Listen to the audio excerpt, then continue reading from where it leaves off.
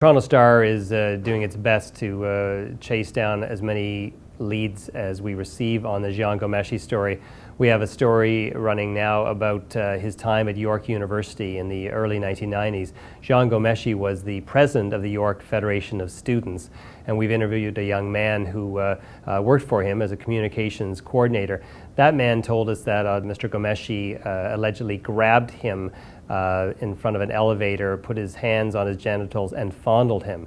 The man was quite upset by this, grabbed Mr. Ghomeshi and twisting his arm behind his back, threw him up against the elevator and said, "Don't you ever do that again."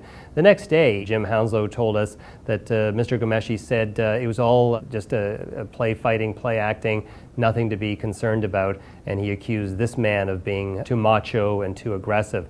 We've also found out that some of the women that were at York at the time were called into a meeting and told that Mr. Ghomeshi, who was then a student and the president of the Student Federation, was causing them some trouble, and they were warned to stay away from him. York University has had a look at its records and says that at this point they can't find any examples of complaints about Mr. Ghomeshi.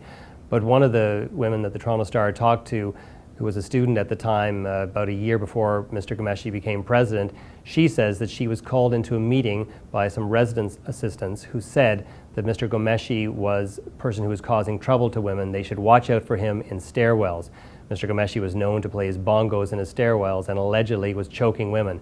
York University is looking into allegations, but for the moment they haven't found anything worth telling the public about. For thestar.com, I'm Kevin Donovan.